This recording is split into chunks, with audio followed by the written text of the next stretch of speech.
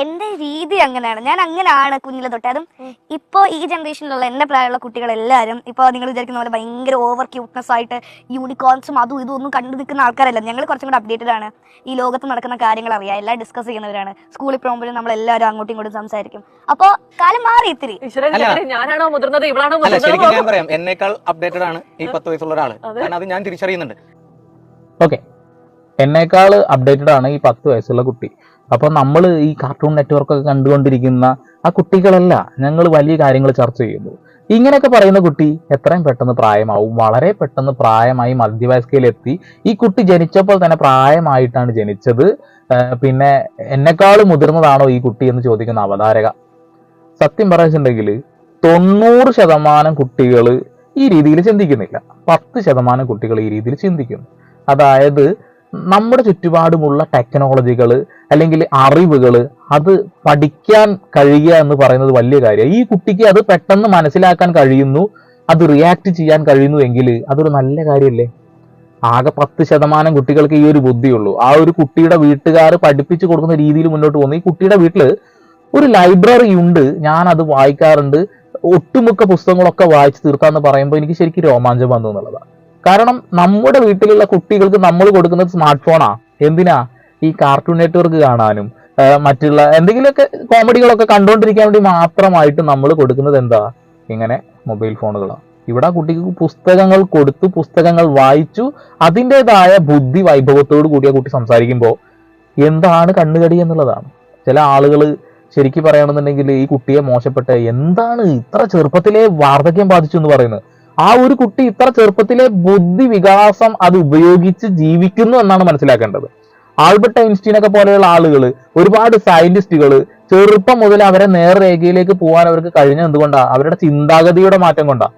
ഞാനും cartoon network കണ്ട് വളർന്ന ഒരു മനുഷ്യനാണ്. അതുകൊണ്ട് തന്നെ എന്റെ ചിന്താഗതിയും എന്റെ ബുദ്ധിയും വളരെ കുറച്ച് കുറഞ്ഞിരിക്കും. ആ കുഞ്ഞിനെ അപേക്ഷിച്ച് ഈ കുട്ടിയുടെ പ്രായത്തിലൊക്കെ ഞാൻ വല്ല മാങ്ങാണ്ടിക്ക് കല്ലെറിഞ്ഞ് നടന്നിരുന്ന അവസ്ഥ അല്ലേ? അല്ലെങ്കിൽ മൂക്കളൊളിച്ച് ട്രൗസർ ഇട്ട് അംഗനവാടിയിൽ അല്ലെങ്കിൽ അവിടെ ഇവിടെ ഒക്കെ തെളിഞ്ഞ് നടക്കുന്ന സമയത്ത് ഈ കുട്ടി ചിന്തിക്കുന്നതും കുട്ടി പ്രവർത്തിക്കുന്നതായ രീതി ഭയങ്കര സംഭവമാണ്. ഈ കുട്ടിയുടെ കരിയറിൽ നല്ല ഉയർച്ച ഉണ്ടാവും. ഒരുപാട് സിനിമകൾ ഈ കുട്ടിക്ക് കിട്ടും. കാരണം എന്താ? ഈ കുട്ടിയുടെ ചിന്താഗതിയും സംസാര രീതിയൊക്കെയാണ്. മെച്യൂരിറ്റി എന്നുള്ളൊരു സാധനം വേണം.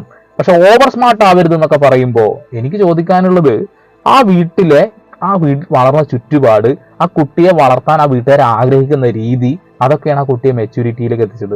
കുട്ടികൾക്ക് മെച്യൂരിറ്റി ആവുന്നതിൽ തെറ്റൊന്നുമില്ല. ഇങ്ങനെ ഓവർ സ്മാർട്ട് ആവരുതെന്ന് പറയാനൊന്നും നിങ്ങൾക്ക് എന്ത് അവകാശം, എന്ത് സ്വാതന്ത്ര്യം? ആ കുട്ടിയുടെ ജീവിതമാണ്. സോഷ്യൽ മീഡിയയിൽ വരുന്ന സാധനത്തിന് കമന്റ് ചെയ്യാം, അത്രേ ഉള്ളൂ. പക്ഷെ ഇത് വെച്ച് വീഡിയോ ചെയ്ത ആളുകളുണ്ട്. അതായത് ഈ കുട്ടി വളരെ പെട്ടെന്ന് പ്രായമാകും, മെച്യൂരിറ്റി കൂടിപ്പോയി, തള്ളപ്പിടി രീതിയിലേക്ക് ആവുന്നു എന്നൊക്കെ പറയുമ്പോൾ ആ കുട്ടിയൊക്കെ ജീവിതത്തിൽ അച്ചീവ് ചെയ്യാൻ പോണ സാധനത്തിന്റെ ഒരു അംശം പോലും ഇതിനെതിരെ വീഡിയോ ചെയ്തവർക്ക് കിട്ടില്ല എന്നുള്ളതാണ്. അതങ്ങനെയാണ്. ആ കുട്ടിയുടെ ഒരു മനോവികാരം ഉണ്ടല്ലോ, ഭയങ്കര സംഭവമാണ്. എനിക്കത് ആദ്യം കണ്ടപ്പോ നിങ്ങൾക്ക് തോന്നിയ ഒരു തോന്നൽ എനിക്കും തോന്നിയില്ല. അപ്പോൾ ഈ കുട്ടി എന്താണ് ഈ ചെറുപ്പത്തിൽ ഈ കളിച്ച് നടക്കേണ്ട പ്രായത്തിൽ ഇങ്ങനെയൊക്കെ സംസാരിക്കുന്നത്? ഈ കളിച്ച് നടക്കുന്ന പ്രായത്തിൽ ഇങ്ങനെയൊക്കെ സംസാരിക്കുന്നത് കൊണ്ട് ആ കുട്ടി ഭാവിയിൽ എന്തെങ്കിലും നേടും. ഞാൻ കളിച്ച് നടക്കുമ്പോൾ ഫുൾ ടൈം കളിച്ച് നടന്നുകൊണ്ടാണ് ആ ലെവലിലായത് എന്നുള്ളതാണ്. ഓക്കെ, അപ്പോൾ എല്ലാ കുട്ടികളും ഒരുപോലെ ആവണം, ഈ പ്രായത്തിൽ ഇങ്ങനെ ചെയ്യണമെന്ന് നമ്മൾ ചിന്തിച്ചിട്ട് കാര്യമില്ല. കാലം മാറി, അതിനനുസരിച്ച് നമ്മുടെ സമൂഹം മാറുന്നു, കുട്ടികൾ മാറുന്നു, എല്ലാവരും മാറുന്നുണ്ട്. പിന്നെ എന്തുകൊണ്ടാണ് 10 വയസ്സുള്ള ഒരു കുട്ടി ഇങ്ങനെ ചിന്തിച്ചാൽ? ഈ യൂണിവേഴ്സിൽ അടി നടക്കുന്ന എല്ലാ കാര്യങ്ങളും എനിക്ക് മനസ്സിലാക്കണമെന്ന ആഗ്രഹമുണ്ട്.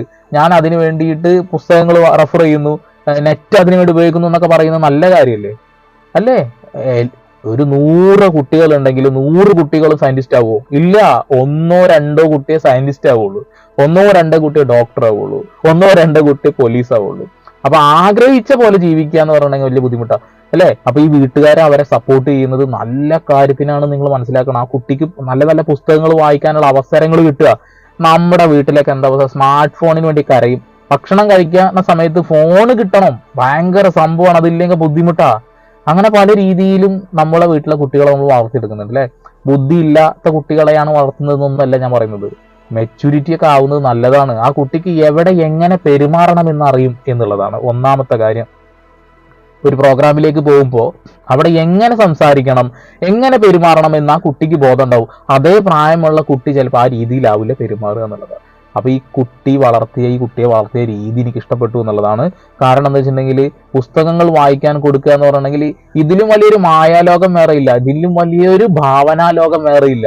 ആ കുട്ടി ഭയങ്കരമായിട്ട് ജീവിതത്തിൽ അച്ചീവ് ചെയ്യുന്നത് തന്നെയാണ് എൻ്റെ വിശ്വാസം. കാരണം അതൊരു ബ്രില്യന്റ് കുട്ടിയാണ്. ആ കുട്ടീനെ കളിയാക്കാനും മാത്രം യാതൊരു യോഗ്യതയും ഇവിടെയുള്ള ആളുകൾക്ക് ഉണ്ട് എന്ന് എനിക്ക് തോന്നുന്നില്ല. ഓക്കെ, സ്മാർട്ടാണ്. ചില ആളുകളെ കാണുമ്പോൾ കുറച്ച് കുശുമ്പും അഹങ്കാരവും അസൂയൊക്കെ തോന്നും. നമ്മുടെ വീട്ടിൽ അതേ പ്രായമുള്ള കുട്ടിയിലേക്ക് നമ്മളൊന്ന് നോക്കിയാൽ മനസ്സിലാവും, അയ്യോ ആ കമ്പയർ ചെയ്യരുത് ഒരിക്കലും. അത് ഞാൻ പറയുമ്പോൾ നിങ്ങൾ ആ കുട്ടിയെ കണ്ടുപഠിക്കുന്ന കമ്പയറും ചെയ്യരുത്. നമ്മൾ ആ കുട്ടിയെ നേർരേഖയിലേക്ക് നടത്താൻ വേണ്ടിയിട്ടുള്ള ഒരു ശ്രമം മാത്രം നടത്തിയാൽ മതി. അത്രേ ഞാൻ പറയുന്നുള്ളൂ. ഓക്കെ, അപ്പൊ വീഡിയോയുടെ അടിയിൽ വരുന്ന കമന്റുകൾ കണ്ടപ്പോൾ ഒരു വീഡിയോ എത്തുന്നുള്ളൂ. അപ്പൊ എന്തായാലും പുതിയ വിശേഷങ്ങളുമായിട്ട് നമ്മൾ വീണ്ടും വരും. അതുവരെ സന്ദീപ് സൈനിങ് ഓഫ്.